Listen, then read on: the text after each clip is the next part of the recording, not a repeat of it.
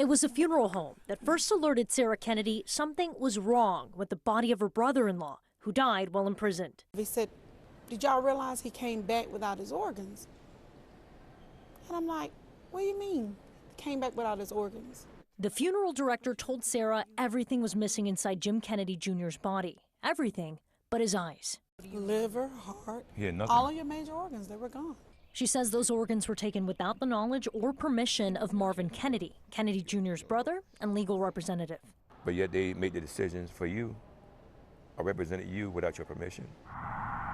Sarah repeatedly tried to contact the prison and the University of Alabama at Birmingham, which is among the providers that conducts autopsies for the prison system. I had a lot of questions. But no answers. Eventually, she says she spoke over the phone with someone who identified himself as an autopsy department supervisor for the university, and she secretly recorded that conversation. We've never had this request done before. To have the organs back? Yeah, Well, who buries somebody without their organs? Well, we do it all the time. Because we don't want to do it for our religious preference. We don't want to do that. Now, I will tell you this, is that UAB is a teaching institution, and any teaching institution that does autopsies keeps their organs. Well, we did not, and Junior did not want that. We have not agreed with the prison for his body to be turned over for no study, and we want those organs back. 5 months after Kennedy Jr.'s death, Billy Stapler made his own alarming discovery.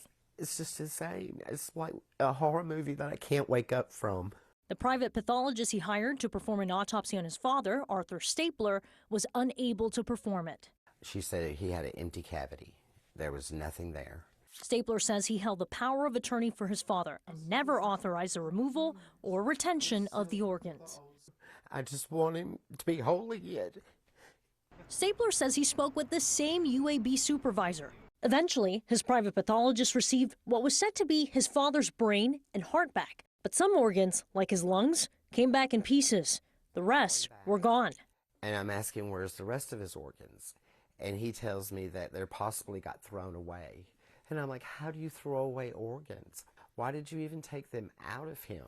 Funeral experts tell CNN after an autopsy, organs are normally put in a bag and placed back inside the body. But that's not what happened in the case of these 7 inmates. The families of 5 of them now suing the Alabama Department of Corrections and UAB. The university conducted the autopsies for all the inmates but one, says attorney to the families, Lauren Ferrano. She tells CNN the families insist none of them were organ donors.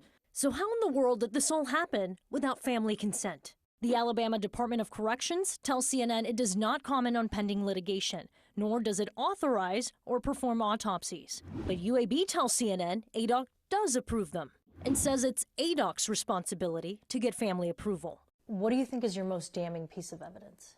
The contract between the Department of Corrections and UAB is just about all the evidence we need to show that illegal activity is happening. That contract shows these parties empowering a warden to make a decision about taking out organs and keeping them from loved ones. The law directly contradicts that position. The law says very clearly a warden does not have that right. CNN reached out to the Alabama legislature for clarity. A legislative attorney saying in a memo, a warden has no legal authority to approve an autopsy, and their agreement may be illegal. And just what happened to those organs?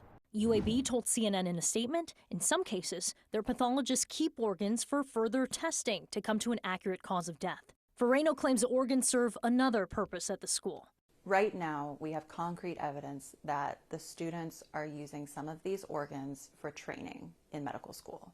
A group of 13 UAB medical students questioned the ethics of the school's retention of some inmate organs without consent as far back as 2018. They wrote this letter to school administrators, saying in part, our concern is not with the practice of autopsy, but with the process of consent for the retention and use of tissue samples.